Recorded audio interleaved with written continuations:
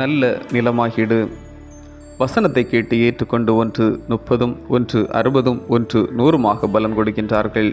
இவர்களே நல்ல நிலத்தில் விதைக்கப்பட்டவர்கள். மார்க் 4:20. ஒரு விவசாயி தன் நிலத்தில் பயிரிடுவதற்கான ஆயத்த பணியில் நல்ல விதைகளை தெரிவு செய்வதற்கு முக்கியத்துவம் கொடுக்கின்றார். பின்னர் நிலத்தை பண்படுத்தி பலன் கொடுக்கும் நிலமாக அமைக்கின்றார்.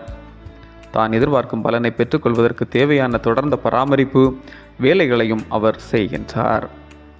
இயேசு கிறிஸ்து அன்றாட வாழ்க்கையில் நம் செயல்பாடுகள், அனுபவங்கள் அல்லது இயற்கை நிகழ்வுகளை முன்னிறுத்தி வாழ்க்கைக்கு தேவையான சில பாடங்களை கற்றுக் கொடுப்பதற்காக ஓமைகளை பயன்படுத்தினார். கடலோரத்தில் கூடி வந்த மக்களுக்கு இயேசு கிறிஸ்து போதிக்கின்ற போது நல்ல நிலத்தில் விதைக்கப்பட்ட நல்ல விதையை போன்று மனித வாழ்வு பலன் கொடுக்க வேண்டும் என்பதை விளக்குகின்றார். விதைக்கிறவன் ஒருவன் விதைகளை விதைத்தான். சில விதை வழி அருகேயும், சில விதை கற்பாறைகளிலும், சில விதை முள்புதர்களிலும், சில விதை நல்ல நிலத்திலும் விழுந்தது. நல்ல நிலத்தில் விழுந்த விதை மட்டுமே நல்ல பலனை கொடுத்தது. இயேசு போதித்த இந்த ஓமையில் விதையை வசனத்திற்கும் நிலத்தை மனிதனின் இருதயத்திற்கும் ஒப்பிட்டு பேசுகின்றார். நம்பிக்கை வாழ்வில் வளர்ச்சியடைய திருவசனங்கள் அதிகம் துணை நிற்கின்றன. திருவசனங்களை கேட்டு அவைகளின்படி வாழ்ந்து இறைவனுக்கு கனி கொடுப்பதை ஆண்டவர் விரும்புகின்றார்.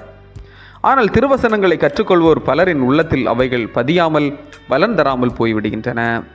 உலகத்தின் துன்பங்கள், கவலைகள், செல்வத்தின் மயக்கம், உலக இச்சைகள், ஆடம்பரங்கள் வசனங்களை உள்ளத்தில் செயல்பட விடாமல் தடுத்து விடுகின்றன. ஆண்டவரால் மீட்கப்பட்டவர்களாய் கனி கொடுத்து வாழ அழைக்கப்பட்ட ஒவ்வொருவருடைய வாழ்வும் உள்ளமும் நல்ல நிலமாக மாற வேண்டும். தீமைகளும் பாவமும் அணுகாதபடி தூய்மையாய் பாதுகாத்து திருவசனம் உள்ளத்தில் வேரூன்றி வளர்வதற்கு இடம் தர வேண்டும்.